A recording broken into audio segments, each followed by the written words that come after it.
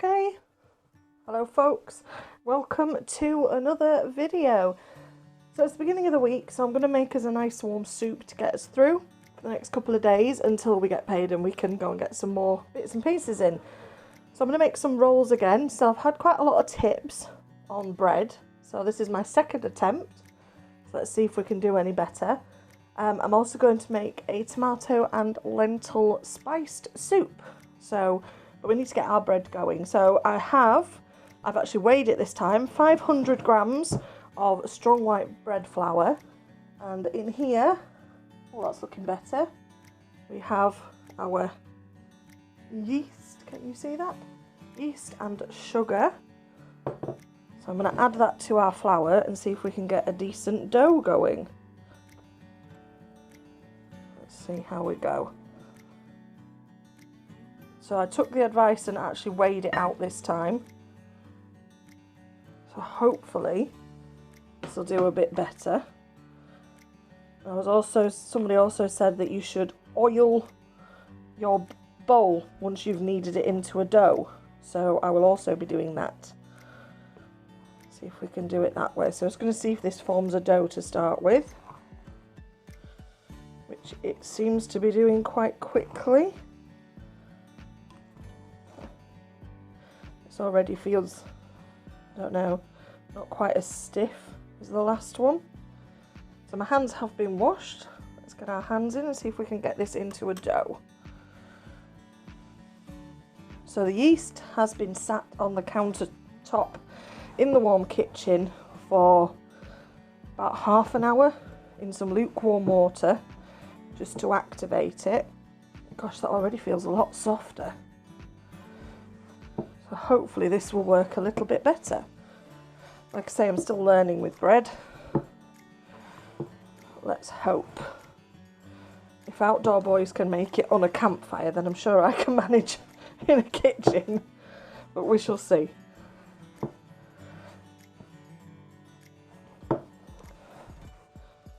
Okay, that's definitely looking better than the last one.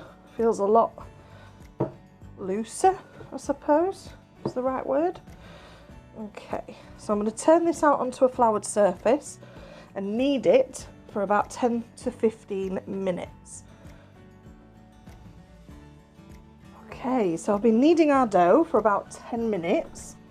So what we're going to do now is get it into an oiled bowl. So I've washed the bowl out. I'm going to get some plain oil in there.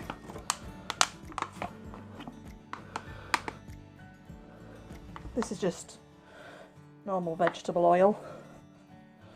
Oil our bowl, and then we have to oil our dough.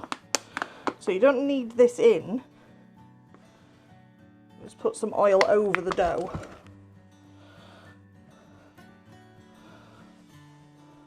Like that. And then that's going to go in there, and then it's going to be left to rise for a good hour, 2 hours before baking. So that is our dough done. Okay, so we are back. It has been a good couple of hours. Look how much our dough has risen. So we're going to take that out of the bowl onto a floured surface, and we're going to get it shaped into our bread cakes so that it's ready for its second rise. Please excuse the motor, but wow, look at that. How cool is that? So I'm going to give this a knead. So soft.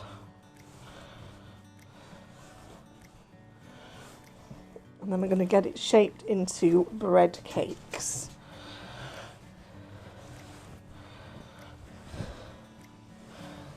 I've never had a dough that's quite this soft and airy and stretchy before. So it's definitely better than the last one. If anybody has any ideas of different flavours or things to put into bread, I would be very grateful to hear them. Okay, so what we're going to do is get this divided into 6, I think.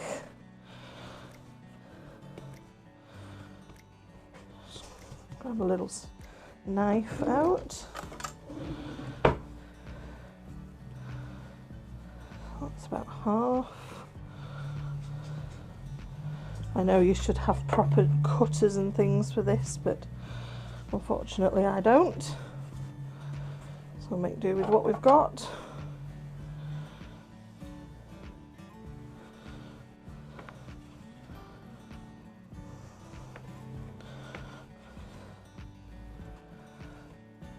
Roughly about the same size.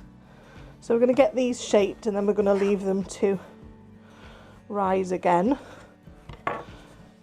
I think it's called a second prove. I'm not sure if that's the English or American term.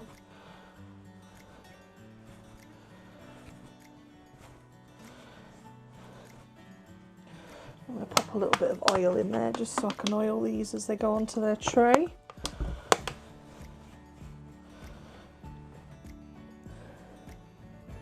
Nice little bread cakes onto a well-oiled tray. The oil definitely makes the dough easier to handle. I'm just using plain vegetable oil because that's all I've got in. Gosh, that dough is really stretchy. Definitely feels a lot more elastic than last time. I think that's a good thing. Please let me know, all you good bread makers out there. Like I say, I'm still learning a lot about bread and how to make it, so all the advice I can get is gratefully received.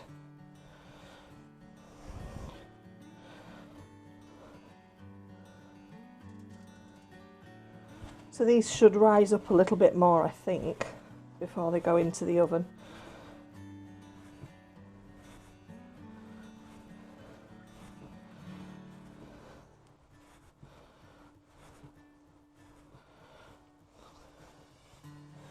Oh, it makes me so happy, smooth bread.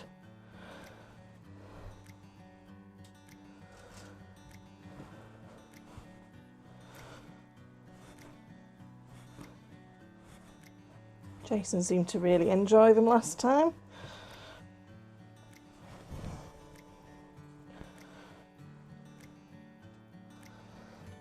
And one last one.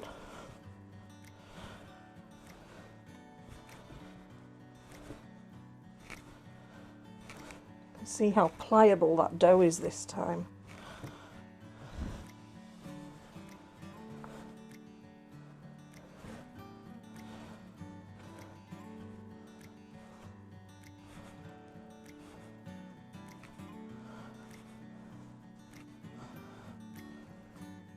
Look at that little bread cake. And there we go.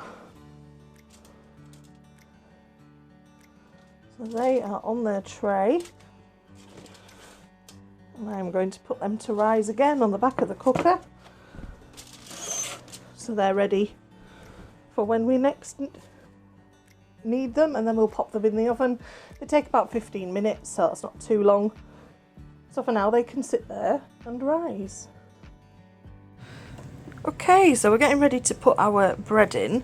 The first thing I'm going to put in to get a head start is our veggies for our soup. So in here we've got some tomatoes, some red pepper, some garlic. I've covered it in oil and salt, pepper, mixed herbs and a little bit of smoked paprika. So that's going to go into the oven to roast for about half an hour to 40 minutes.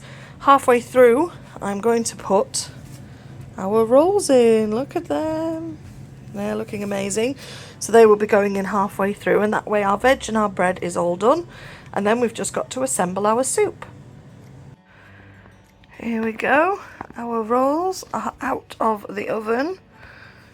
Let's give them a quick check. Nice and hollow sounding. So we're going to put those to one side to cool. I'm just going to get our veg out. And our veggies are all roasted. So they're all ready to go in when we get our soup started. We have our tomatoes and peppers all ready. Okay, so we are back and it is time to start assembling our soup. So in our pan, I just have a little oil that is very hot, as you can see. So that I'm going to add a chopped red onion. That's going to go in there first. I'm going to start that cooking off.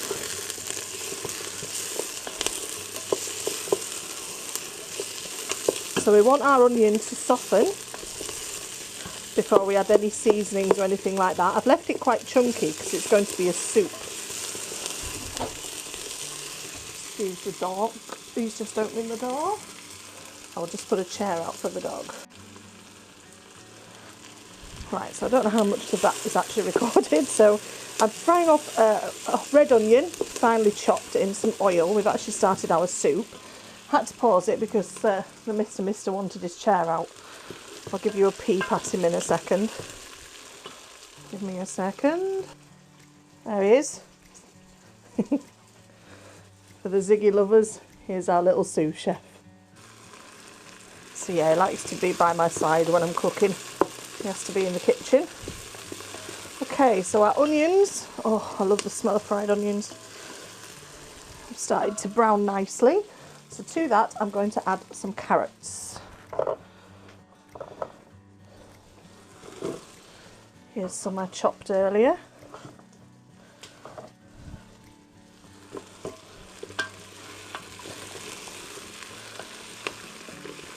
So while they're starting to cook through, we have our tomatoes here, which are already baked or roasted, with our garlic, red peppers and tomatoes. They've got herbs and all sorts on them. We'll just get this starting to cook through. And we're going to add our lentils. So we're actually going to add red lentils to this to give it a bit of a bulk and to make it a bit of a thick soup. So I just have normal classic red lentils. Lentils, when they are cooked in soup, give the soup a really nice smooth texture. So I want roughly 200 grams of these. I'm going to put them in with this so they start to absorb some of these flavours, because lentils will expand quite a lot.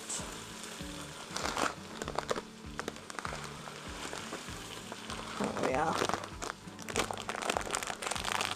So that's roughly 200 grams. The pack is 500, so I've just kind of estimated from there. So I'm cooking from home, so obviously I don't always get the scales out just to weigh some lentils.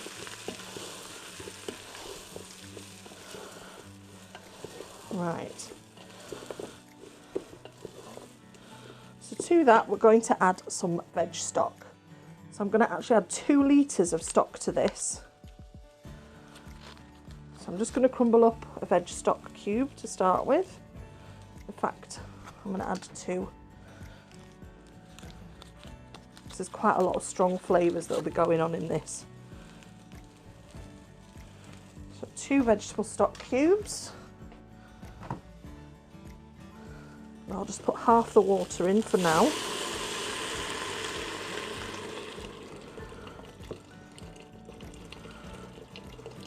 There we are, so that's half our water. And this is going to be left to simmer once I've got everything into the pan. Okay, so for our seasonings, we're going a little bit more, not spicy, but more wintry. So the first spice that's going into this is actually curry. So this is a mild curry because I can't have a lot of spice. So this is just a mild curry powder. I'm going to add 1 dessert spoon of curry powder. We also have rosemary, about 2 teaspoons of rosemary, sea salt,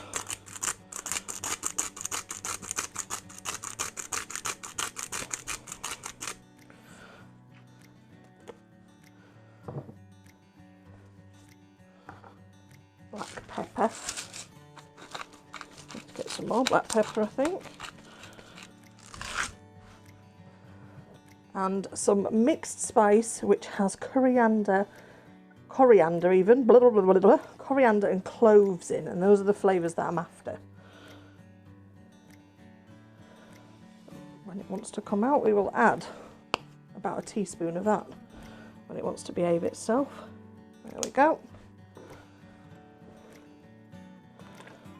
So the idea behind this soup is that it has a little bit of spice to temper the tomatoes. We're also going to add some tomato puree to this towards the end. However, it's time to get our tomatoes in. So we've got our tomatoes and peppers. I'm going to put them in with all those juices that have come out, so as they've roasted. So we want all that lovely flavour. So this will all be blended, but we need it to start to cook down to start with. So once we've got all that in there, I'm going to add some more water. If I have any left in there. And then we're going to let that cook down. So we're actually going to leave that to cook for a good hour. And then we will blend it and see where we're at with thickness. It gives time for the lentils to puff up, because as you can see, the lentils are still quite small. And it'll also give time for all those spices to start to absorb. So that's going to be left now on a low heat. I'm going to leave that on about a 3. Put the lid on and just let it simmer and thicken naturally. And then we will see where we're at in a little while. Okay, so our soup has been simmering for a while, so I've just taken it off the heat and I'm going to give it a blend. Okay, so we've got a nice smooth soup there now. So I'm just going to add the last few of our ingredients. So I'm going to add, first of all, some tomato puree. About a tablespoon. We'll get that stirred through. Just enhance that tomatoey flavour.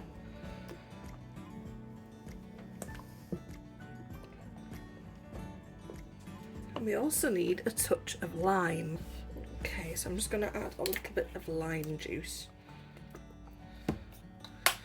Just a splash. It's just to help bring out those flavours. Time for a little taste test for me. See how we're doing.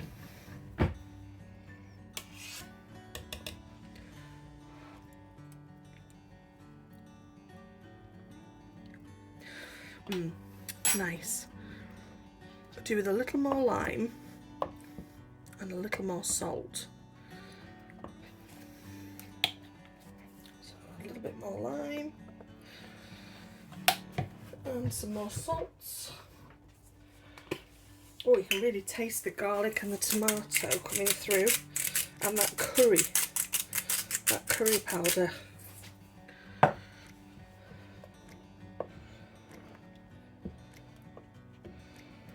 Okay, see where we're at now.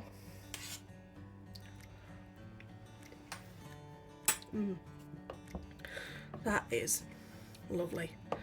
So it's going to sit there now on 1 just to finish simmering through until Jay gets home, and then he will do the honours and give it a try with our lovely bread rolls that are waiting for him. But for now, I can sit there and keep warm, so come back for the taste test.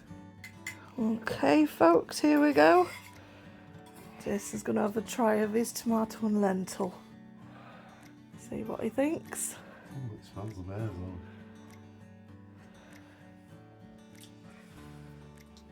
Oh, that's a different flavour. Not as tomato as I thought it would be, going off the colour of it. That's got red lentils in. Different good, different bad. Oh, it's nice. It's nice and it's like, I don't know, it's like nothing I've ever had. It was nice. It's 10 out of 10. I don't even know how to describe it. It's like almost like sweet potato, kind of. Like it's sweet, but it's I don't know, it's hard to describe, but it's really nice. It doesn't taste of tomato in the slightest. I can taste the lentil. Maybe needed a few more tomatoes in then. Yeah, it's got. I mean, I'm not a big fan of tomatoes anyway, so it's perfect for me. But it's. You'd think with the colour that it'd be predominantly tomato flavour, but it's not. It's quite. It actually tastes quite similar to that gravy that we have with Christmas dinner. How's your bread? Look at this now. Oh, fucking loaf here. Ooh, oh. Good rip that. Is it soft inside? Oh, is it? Look at that. Oh. Spongy. Whoa, that's half my soup gone. Spongy? Swallowed it. Oh. He does like his bread. Beautiful. Banging that. There you go. So that is tomato and lentil soup and homemade bread. Thank you so much for watching, and I will see you on the next one. Much love. Take care out there. Bye for now.